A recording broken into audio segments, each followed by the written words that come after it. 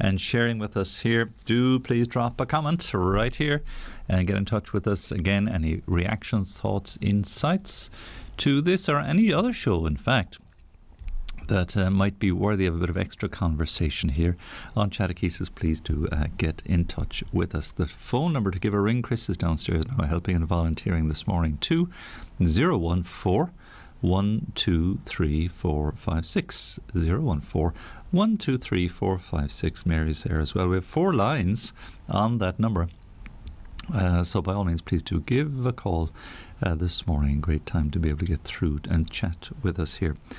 Do text, of course, and WhatsApp on 089 467 2000 089 467 2000 with a +353 as always in front of those. And please do write to us as well here at St. Anthony's Business Park, Ballymount Road, Dublin 22. And like, of course, follow, share, subscribe, all of those nice things as do on our social media. All ways to get in touch with us here. Now, the liturgical calendar for next year has been published and is out and is available now. Just holding that up to the camera for all to see. And the liturgical calendar, as always, is a very useful document. We have a couple of them flying around the building here because it goes through each and every day of the church's year and tells you what's happening or what's on or what's a feast day it is, what colour vestments to wear. It's a very useful resource, and it has lots of other little extra ditties in there by way of ongoing liturgical formation as well that I share with you from time to time as well. I was just going through it actually yesterday because we're finalising our calendar. Please God, that will go to print very soon. There's a bit of work actually has to go into that just in terms of identifying the saints' days and the feast days. We had a few omissions from last year, and we're hoping there won't be too many omissions this year. And it moves a little bit, or it's flexible because Easter moves every year. It's never the same. And liturgically, of course, and with the date, of course, Sundays, everything moves forward a day or is it backwards a day from one year to the next. So certain saints' days that fall on a Sunday would not be celebrated because it's a Sunday. Sunday takes precedence. So I'm just looking at, for instance, July the 24th, just opening the book randomly here, that Saint Declan is not celebrated as a memorial for Water and Lismore, except in the Diocese of Water and Lismore, it's celebrated as a solemnity on a Sunday, which is very interesting. So that happens that saints' days fall on Sundays, like St. Thomas the Apostle. The 3rd of July is a Sunday this coming year, so he's not celebrated. He's left out in favour of Sunday. St. Boniface is another one. Let me flick through here and find another couple of Sundays where there's... and of course Holy Week, and that naturally supplants everything. Like all the other subsidiary liturgical celebrations are put to one side. So that's the shape of it there.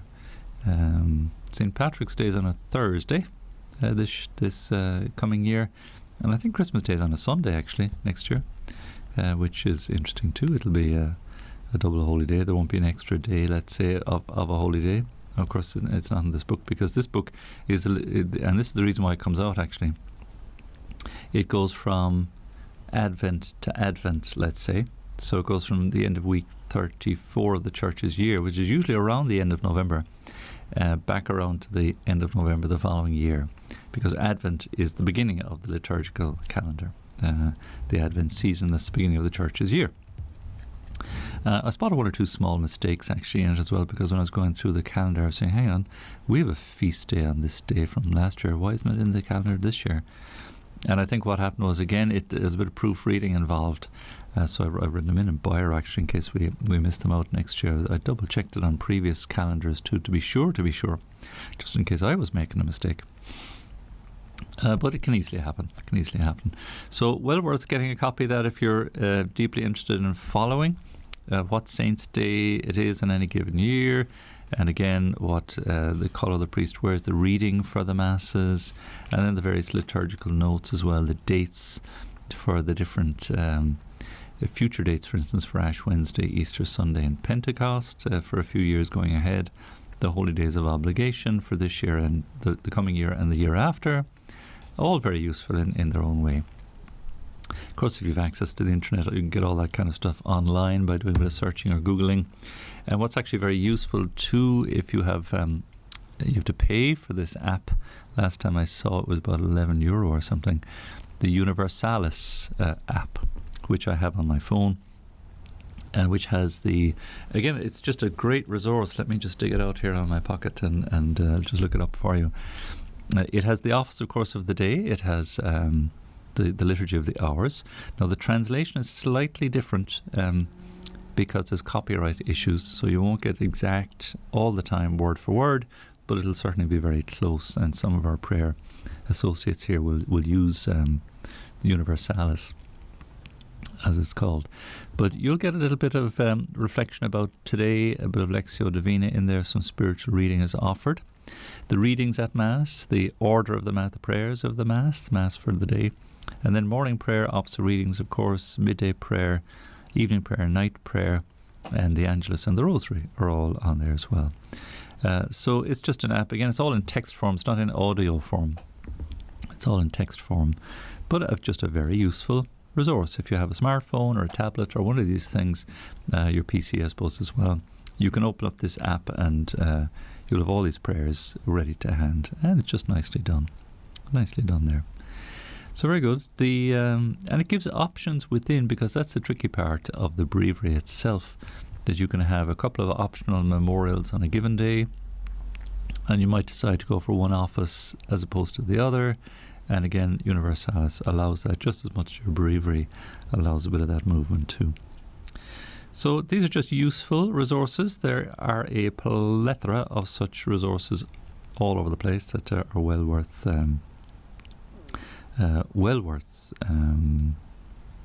having to hand and making good use of.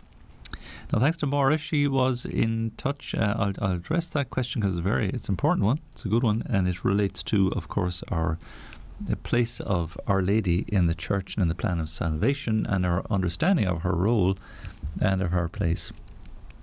And that we are deepening through our 33-day preparation of consecration to Jesus through Mary.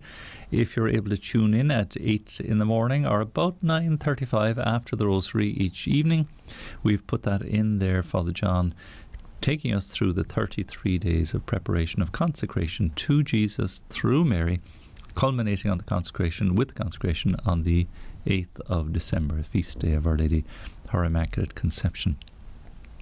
So I think we're on day 8 today. So if you'd like to listen back to that, that's available for you there. That's online. Or indeed, if you want to just dip into the podcast, you'll find it there as well. And you can follow it there. If you miss a day or need to catch up or want to start today, again, don't feel tied to dates with these kind of things. Just jump in and make a start and have a go, as they say. Now, our saint today is Saint Josaphat. He was very interesting man. He lived, or died rather, in the 17th century, 1623. An archbishop and a martyr for the faith. Born at Vladimir, of a wealthy merchant family. Educated locally and apprenticed to a merchant in Vilna. In 1604, he became a monk. This is in the Ukraine. In 1604, he became a monk there and was soon ordained a priest. So he was 24, and he was famous as a popular preacher in the cause of extending the union with Rome of the province of Kiev, which had taken place in 1595. So I wonder if that's one of the controversies, I hope it is, that Father John will be looking at. He's finished his catechism course now, his catechism in a year. So he's invited a priest friend, Father Joe. I wonder if there are others, Father Joe O'Mahony. But looking at Catholic controversies and historical moments and issues within the Church, such as the Protestant Reformation, the French Revolution, maybe what's called the Great Western Schism, this division between Orthodox Christianity of the East and the Latin Christianity of the West. And we're very closely allied to our Orthodox brothers and sisters. So I actually don't know what's on Father John's agenda for that, but he loves his history, and he's, as we know, loves his books, has a massive library of books, so an avid reader. So that should be a very interesting series as well that he's starting this evening at 7 o'clock, so have a listen in for that. So Kiev in the Ukraine, of course, and the Radio Maria actually in the Ukraine, is it in Kiev? I think, I'm not sure where the studio is based, but I've met Father Samsonov is his name. Lovely fellow, lovely priest, and he's been very experienced. He's been at Radio Maria for a good number of years. He's doing wonderful work at bringing together the Orthodox and the Catholics, the Latin Rite, together through Radio Maria, through Our Lady. Very interesting. Frank Duff actually had that idea too. He saw the Legion of Mary as a great instrument of evangelization and apostleship that could likewise be adapted to the Orthodox Church, and just some of the Western elements of it transposed into the Orthodox way of a devotion to Our Lady, an icon, let's say, as opposed to a statue, you know. But he saw this very same principle at work, and that Our Lady might play her role and her part at bringing again the two, the Latin and the Orthodox, together. And I think it was effective and has been effective in its own small way, building ties of communion. So here's what St. Josephat was doing back in the 17th century. So he became abbot at Vilna, and soon afterwards took part in an attempt to reform the large but relaxed monastery of the Caves at Kiev, but failed in that task. He became Archbishop of Polotsk or Polach, is it? Again, how it's pronounced and spelled, it seems different. And in a few years he had reduced the ecclesiastical power of local landlords and held synods. There's that word again. We've got a synod ongoing at the moment, and published catechisms, and distinguished himself by his tireless activity, his pastoral activity. So just coming back on the question of the synod, which is ongoing, as we say, and it means syn, S-Y-N, bringing together, and hodos, the way, so coming together on the way. So rather than it being just a single event, it is an ongoing conversation in the faith. So here's what Josephat set himself to do, Archbishop Josephat, to hold synods. In other words, let's all sit around the table, let's dwell upon the issues and the problems and the burdens of the day, and let's seek to somehow begin to address them. Excuse me. So not just a talk shop, I presume, because there's nothing more frustrating at times than just endless discussion. What was Mother Teresa's expression she had? She said, "Lord, use me, don't consult me." So she saw the frustration and futility at times of just consultations and talks. It's action that's necessary too. So here we are, St. Joseph doing the very, here, and I come back to this time and again, doing the very same thing that's asked of us today. You know, talks and publishing catechisms. Throat is going dry on me there now again. Publishing catechisms and tireless pastoral activity. So in 1620 then, a rival hierarchy was set up, and Josephat had the added problem of widespread schism to contend with. Schism meaning division and separation. And again, it's the mark of the saints. Problems and more problems. Who was it? Some comedian was describing that idea of, you know, if you were Pope or President of a large country, imagining somebody coming in to wake the Pope or wake the President, and, you know, shaking them and going, problems, more problems. That's all they contend with when you're in authority. that's the measure of good leadership, I suppose, is contending and dealing with problems. In the complex situation of conflicting interests affected by nationalism, long-standing custom, and Eastern dislike of Rome and distrust of Rome, Josaphat stood firm as the proponent of union with Rome. Excuse me, now I'm sucking a lozenge now today as well, so the throat just packs up on me. So sorry about that. So here he was trying to hold fast to union with Rome as the way forward. Tragically suffering misrepresentation by both sides, Josaphat was eventually the victim of a murder plot instigated by the violent and uncontrolled supporters of his rival to the See of Polotsk. I mean, can you even imagine that? You know, these are supposed to be followers of Christ and Christians. Excuse me. And here they are, opposing one another violently. What the, like, what's going on here? It doesn't make any sense. He clearly foresaw his own death through violence. In response to his plea that his servants should not suffer, he was stunned by a halberd and shot. A halberd, is that kind of like a lance? I think it's I imagine it's the kind of thing that the Swiss guards carry, like a strong pole with a kind of an axe-shaped thing on the top of it. He was canonized in 1867 and could well be considered as a patron, in spite of different historical circumstances, of ecumenical endeavour today. There you are. So Josaphat, Josaphat, Josaphat, a great saint of the Ukraine, and trying to bring East and West together. Now there's a dialogue that Pope Francis is engaged in, and the Church is engaged with, seeking to bring together again the Orthodox of the East and the Latin Rite of the West. Pope John Paul II, Saint John Paul, describing them as two lungs. So we have the Church, as it were, breathing on one lung and surviving, I suppose, in the Latin Rite.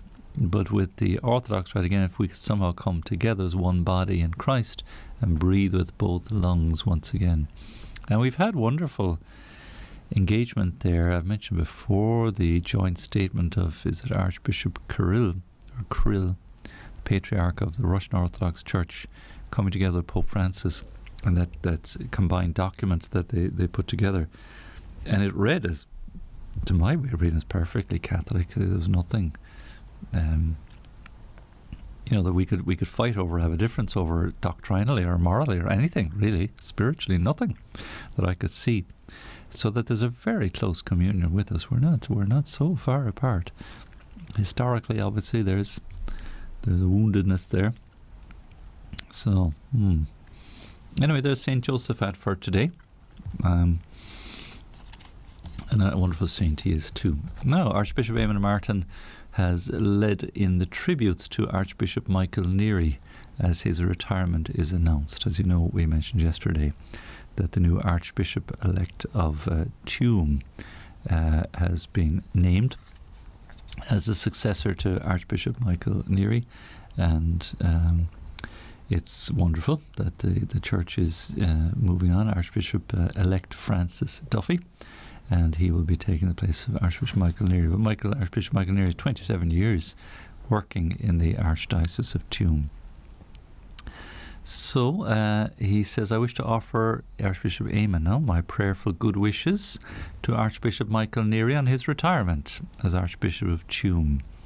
My feelings are mixed, of course, as Archbishop Michael, currently the longest serving member of the Bishops' Conference, has never hesitated to offer friendship, support and wise counsel to me and to many others. A natural teacher, I will miss Archbishop Michael's many gifts and helpful insights. So in his own homily last Saturday, Archbishop Michael described St. Joseph as a man of faith strong, silent, patient and prudent, who placed himself at the service of the entire plan of salvation. And that this description could easily be ascribed to Archbishop Michael himself, whose leadership in ministry has been nourished by prayer and a deep devotion to the gospel, and natural humility, kindness of spirit and decisiveness. Now, we experienced that ourselves. We went to visit Archbishop Michael a couple of years ago now, with the view to just extending the service of Radio Maria to the Archdiocese of Tuam. And he gave us such a kindly welcome. He listened, didn't know a great deal perhaps about Radio Maria, but listened very attentively and really saw that this was a wonderful instrument which could be at the service of the Church. So we're very grateful ourselves to Archbishop Michael. So Archbishop Eamonn Martin again is just going on about how Archbishop Michael's interventions in the bishops' conferences were characterised by a scriptural and theological depth, and were highly valued in his roles as chair of the Council for Doctrine and of the Theological Committee. He was a long-standing member of the Standing Committee of the Commission for Catholic Education, and his ability was recognised by the Holy See through appointments that he was made to the Vox Clara and Sapientiae committees, advising the Congregation for Divine Worship and Discipline of the Sacraments on English translations of the liturgical texts. So if you think a bishop's job is a bit of a pushover, that all he has to do is his own diocese, we've got to think again. Bishops are involved at a national level on the Bishops' Conference, and on an international level with Rome and the Church at large. It's no small task to be given. Always, which is why I emphasize again and again, we need to pray for our bishops and support them and not criticize. Don't criticize. It's not fair. It's not right. We have no idea what's going on with them. By all means, we may need to address issues, but we do so always with great charity and with great gentleness too. Give them a break, to put it in a short sentence, and just recognise the immensity of their task and the support they need as well. Regionally, Archbishop Michael worked alongside his brother bishops in the West to support the operation of the Developing the West Together project there, including serving on its board, helping to progress the social and economic development of Sligo, Mayo, Roscommon and Galway. You know, historically that expression, was it Cromwell invented that? I'm not sure, but to hell or to Connacht was the horrible judgment put upon those who were militating against the Crown, against the English occupation here, of course. And it was, you either get transplanted to Connacht, to the west of Ireland, where again the soil is poor, it's rocky ground, the climate isn't hectic, there's a lot of rain, and it makes for it's a difficult, socially and economically difficult area of the country, and needs a lot of support. Hence why the great wisdom that some might still question of Monsignor James Horan, who built an airport at Knock, to encourage visitors and to encourage tourism in the West. Incredible vision, wonderful idea. So fair play to Archbishop Michael, involved in all of these things. He has been sensitive to popular devotion and to the fostering of the Irish language and our native traditions of prayer and pilgrimage. And as custodian of the National Marian Shrine, of course, Archbishop Michael hosted Pope Francis during his successful visit during the World Meeting of Families. So he's a man indeed of great activity, and nice to just reflect back on that. So to the light of pilgrims indeed, he received the official Vatican recognition of Knock as the International Eucharistic and Marian Shrine earlier this year as well.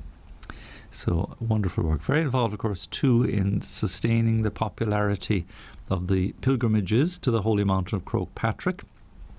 Again, a great supporter there, and a supporter of our own little favourite here, the Pioneer Total Abstinence Association, and indeed of the Catholic Grandparents Association.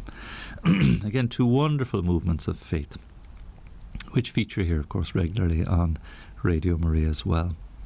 So he was instrumental in highlighting the vital vocation of grandparents and passing on the faith in families and parishes. And under his stewardship, the first ever papal prayer for grandparents was written by Pope Emeritus Benedict XVI in 2008.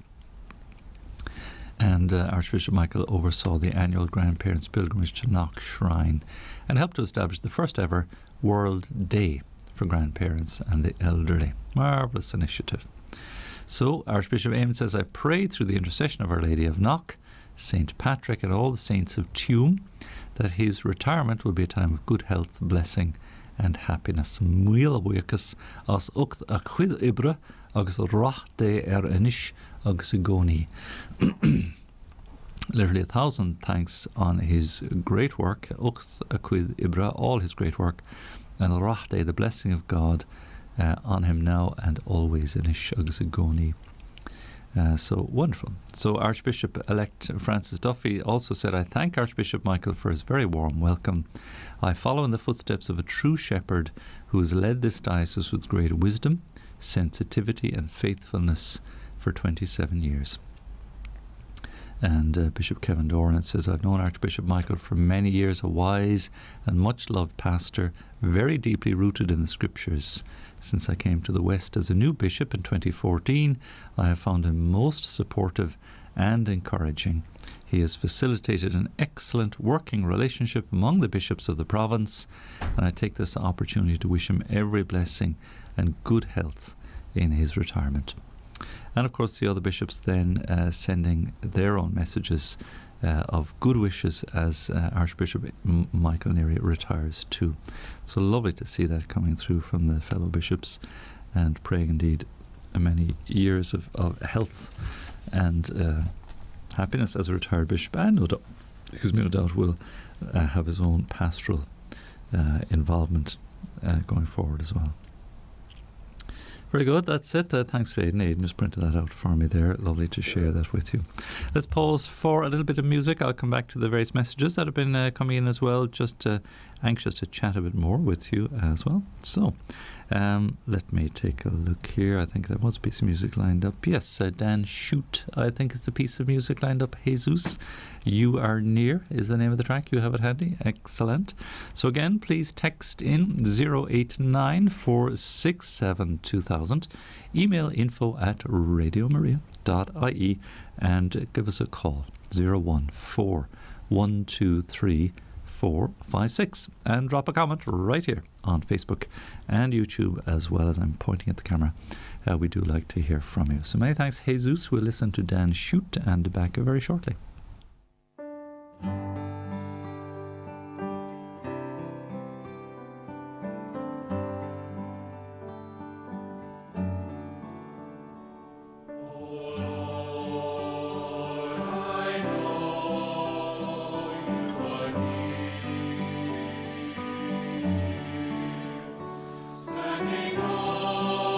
Always at my side.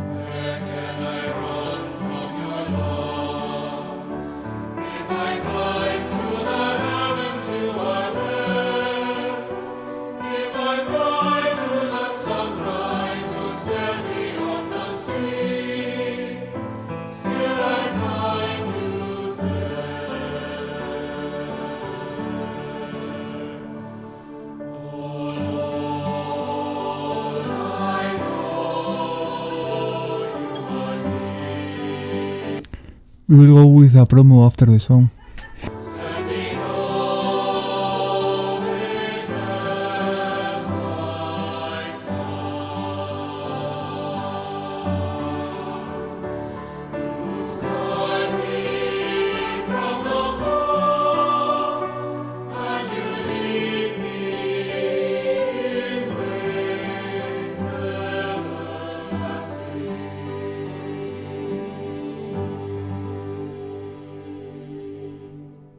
Hi, I'm Alexandria. I'm Jason. And I'm Marie. And we're from Pure in Heart. Join us every second Tuesday from 4 to 5 p.m, where we will be talking about chastity, theology of the body, purity, and lots more.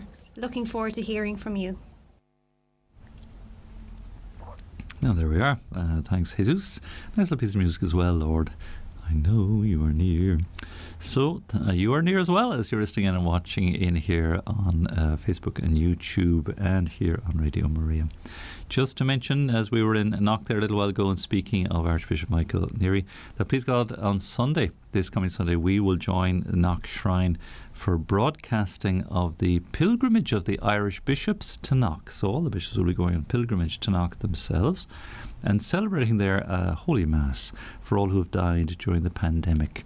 Just mindful of those who have been unable to attend at funeral celebrations across the country, not just for COVID, but for every funeral on account of the restrictions.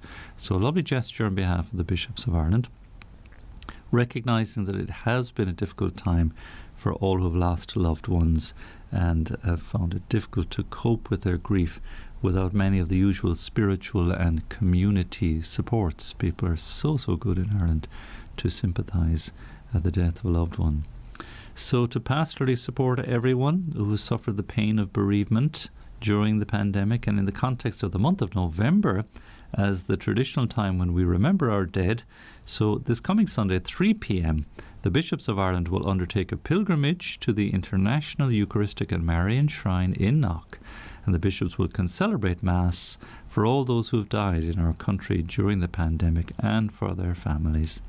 At the Mass, the bishops will also offer prayers of thanksgiving for all those who so selflessly sacrificed so much during the pandemic. So we'll be broadcasting that here on Radio Maria Ireland at 3 o'clock on Sunday if you'd like to listen in. And of course the knockshrine.ie website is a useful resource there as well. Thanks to Maura, who just texted in, and this is just a little topic I wanted to touch in on with you.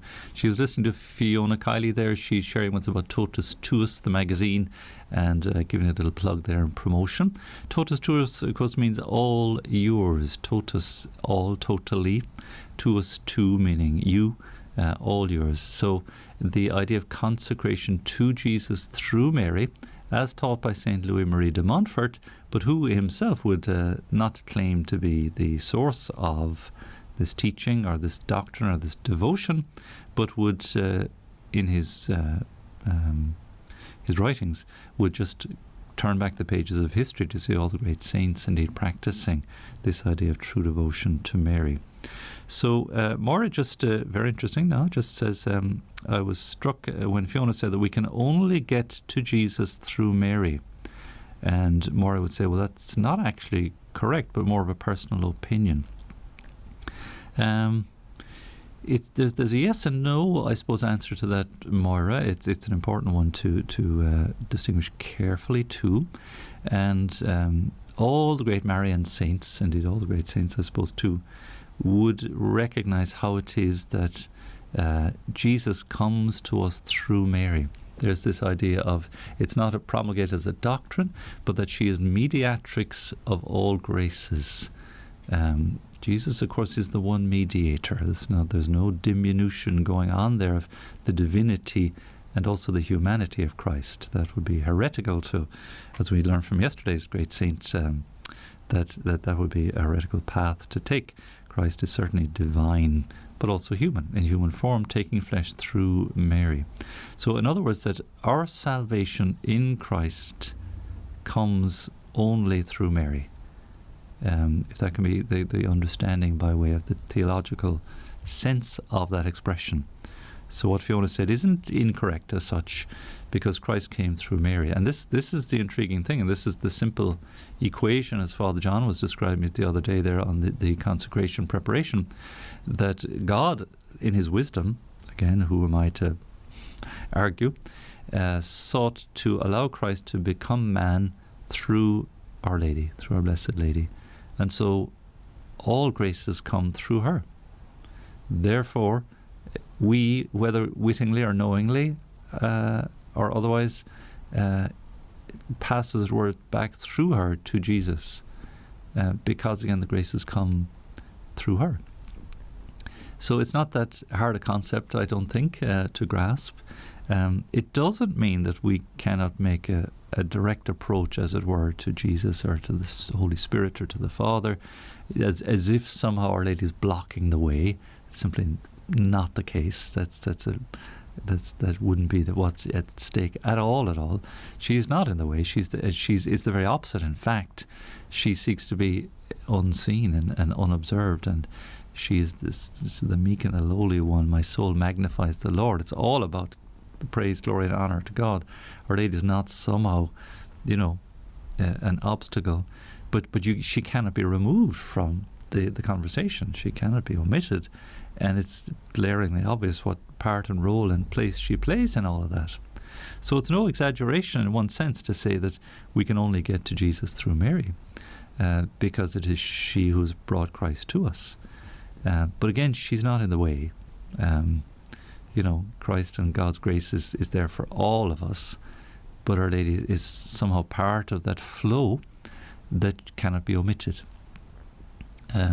So whether we consciously avert to that or not, sort of in a practical way, again, is for those who do, and this is the point made, those who do allow Our Lady her proper place and proper role in their spiritual and devotional life, find that their love for Christ and their love for others is magnified, and their love for God is magnified. Again, those great saints, Mother Teresa, St. John Paul II, Maximilian Kolbe, huge devotion to Our Blessed Lady, and just what extraordinary saints they were. So that's the distinction there. I hope that helps a little bit, Moira. It's not a kind of an either or. It's not a sort of there's no sort of blockage or obstruction in the way here in this devotion, and honor always that we give to Our Lady, worship that we give to Christ. Our Lady is the greatest human creature without sin ever. So she occupies that role preeminently among us. And so we have a high regard for her. And we look to her indeed as our mother intercession, that we might do whatever he tells us. So there's no conflict there really. There's nothing out of the way. So you're suggesting there more that could be rephrased as we believe that we can get to Jesus through Mary. Well, we do, but we also know that again Jesus comes to us through Mary, and we come to Jesus through her too. There isn't it's not a difficulty, and this is where the whole idea of totus tuus, this consecration to Jesus through her, this is God's way. It's not our way. It's not, we didn't invent this. So thanks, Maura. It's a good topic. We may indeed return to it as well. Now, Dermot, always good to hear from you, and listen, delighted, absolutely thrilled to hear that your cancer is in remission. Excuse me. Oh, I did a big cough or two. Against impossible odds. Wonderful to hear. I would like to thank the staff of Radio Maria who prayed for me, indeed, and our listeners. We were keeping you in prayer all the time, Dermot, so marvellous to hear. And you had the brethren at Pluscarden Benedictine Abbey in Aberdeen praying for you, that you were a novice there for some time until the cancer diagnosis meant you couldn't continue. Well, with God's help, may the remission long continue, and the Lord has another plan for you there, Dermot. So indeed, the holy sacrifice of the Mass is the most perfect prayer we have. We should also pray the Rosary. Our Lady will not fail to look after us in time and in eternity if we do so. St. Pius V, pray for us. Indeed, Dermot, good to hear, and that devotion indeed to the Holy Eucharist through the Holy Sacrifice of the Mass. So, so important. And indeed the Holy Rosary, as you rightly say. So thanks for your text, Dermot. It's great to be journeying with you, and just delighted to hear that your cancer is in remission. And as I say, long may that continue. Peter was in touch as well. We'd send him a text. We try and answer all our texts as best we can. It's hard to keep up sometimes. But thanks for that, Peter. He's wondering what kind of engineer I was in my previous life. I was a civil engineer. Peter, you're telling me you're a mechanical engineer. I'm afraid I wouldn't know the first thing about lathes or mills of any kind. That's a whole other discipline of engineering, far beyond my ken. Civil engineers dig roads and bridges, tunnels, underpasses, flyovers, structures, muck shift, we call it, earth removal. So that's where I came from with that, Peter. So good to know there are fellow engineers out there taking interest in Radio Maria as well. So thanks for all the texts. Nice to hear from you all, and shout out to everybody as well who's watching and tuning in here on Facebook and YouTube as well. Nice to have you with us. Now our time is rapidly coming to an end here, as it does all too quickly for our Chatechesis today. So thanks indeed for your company, and thanks for that. I see a little article here in the Business Post that the Archdiocese of Dublin has partnered with the Californian company Clover and the AIB to install contactless tap and go machines in churches across the diocese. Well, that's not new news, I don't think, really. That's I've seen that many churches have these little tap machines now. We're looking to get one ourselves for our studio, just as such a convenient way. The only snag I find with them, I've misgivings a little bit about it, because the service provider takes a cut.